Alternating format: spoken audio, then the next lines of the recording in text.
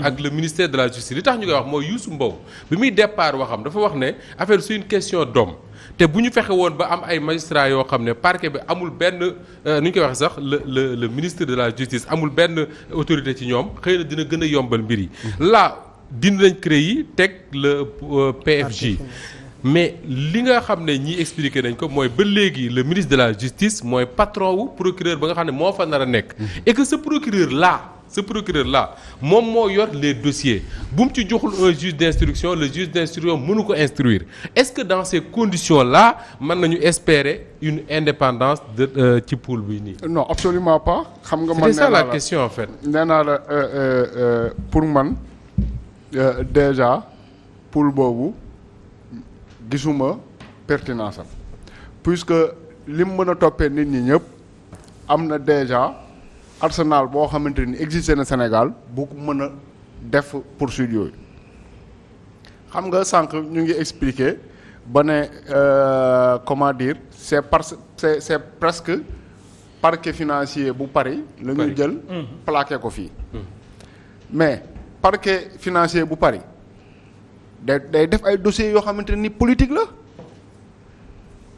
Fillon biñ ko fi toppee avant la dernière beneen présidentielle bi. oui bi Macron jëlee nguur gi. mais femme bu jiite woon instruction bi moom si boppam wax na ne dafa subir ay pression yu tax mu gaawal dossier Fillon bi. parce que boobu Fillon doon gagné ci élection yi. ma ngoog. te dafa waxoon buñ ko mettre en examen il retire sa candidature. très bien dane suñ ko mettre en examen mu dindi candidature am. maanaam bu ñu ko toppee officiellement mu retiré candidature am. parquet bi waroon a jël temps mais puisque Fillon wax na loolu ñu gaawantu def ko de sorte que ci diggante primaire yeeg yooyu.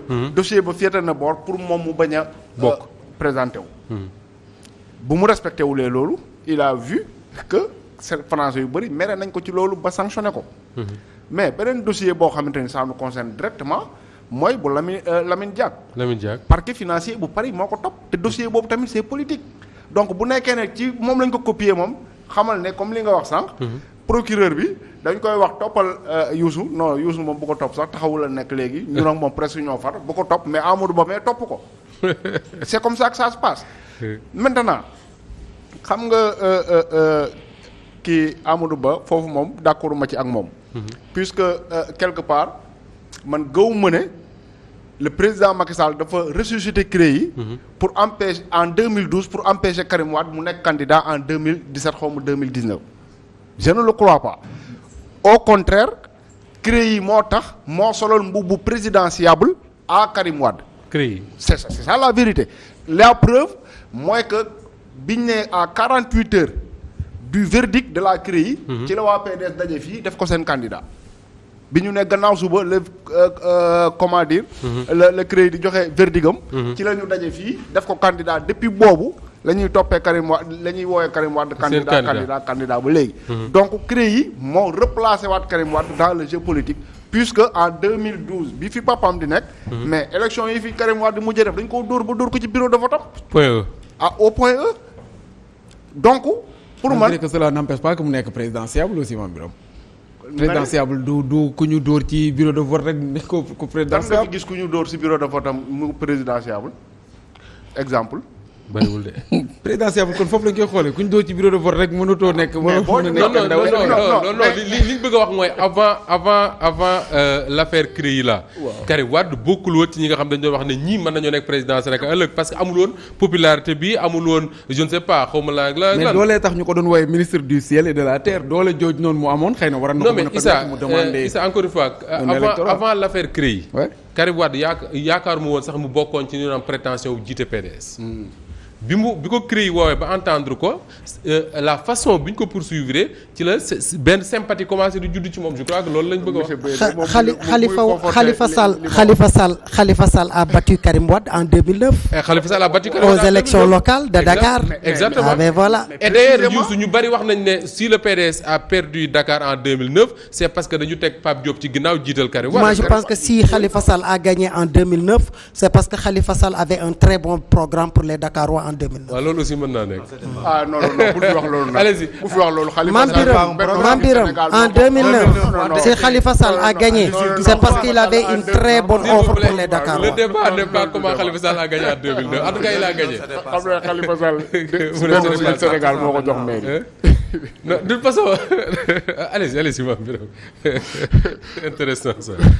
donc parquet financier boobu li nga ci ragal noonu effectivement loolu moo nar a am maanaam procureur boo xamante ne nii. oui ministre de la justice ak président de la république dañ koy naan toppal kii bu ko mu topp ko bul topp kële du ko topp.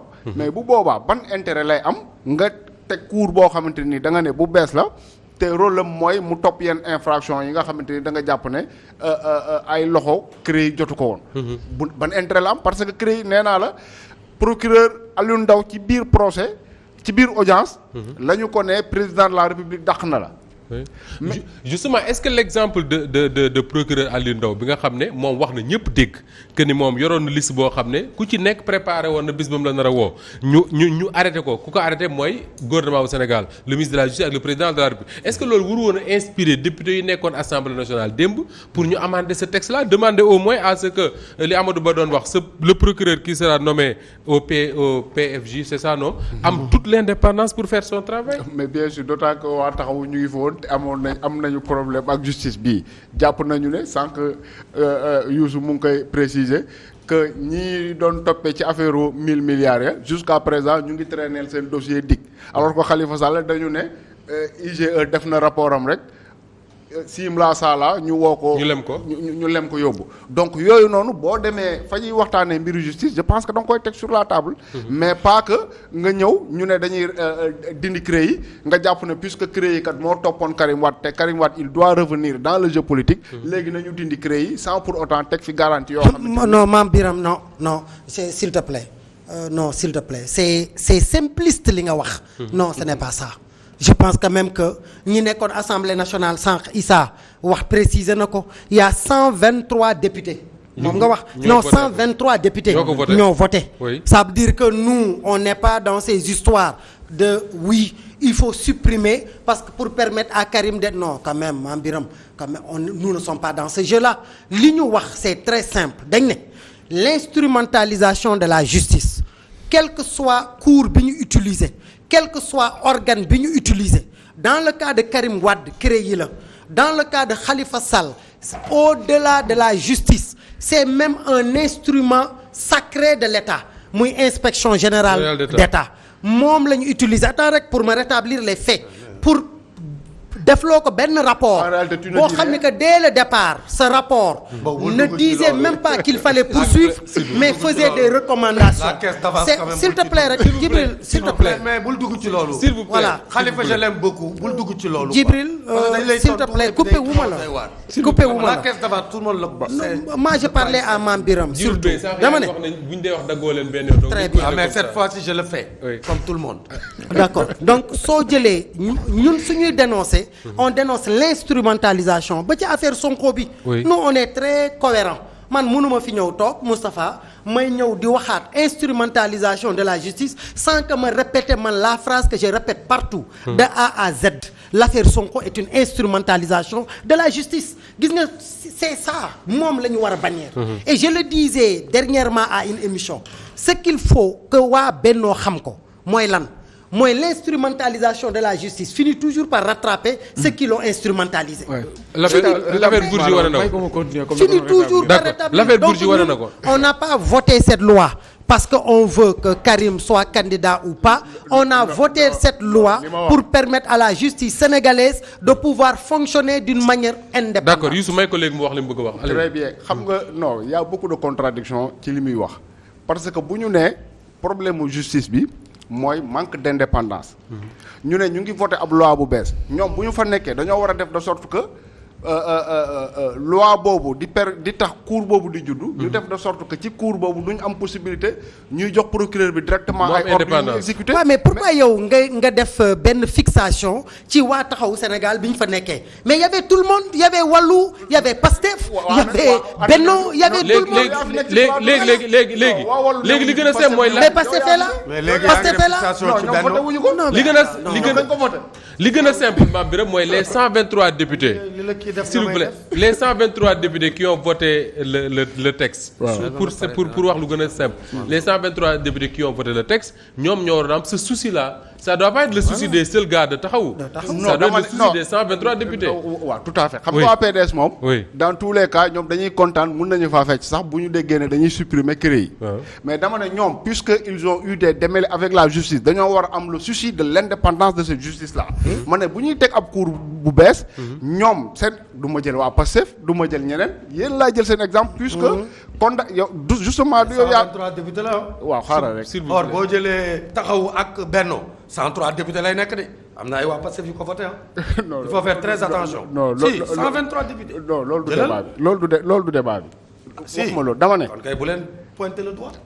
waa Pastef dañu ko voté. c'est un exemple parmi d'autres. non man li ma wax. oui man li ma wax. mooy que. 33 ñoo def abstention en tout cas je sais pas nag Xam nga Pastef ñaata léegi- député la ñu am exactement. 56 députés. ñu daane loola parce que il nous reste d'autres thèmes à aborder s'il vous plaît oui. non yow Yewwi booy moo am 56 pas Pastef. mangoo. oui Yéen. mais mais ñii 27 lay.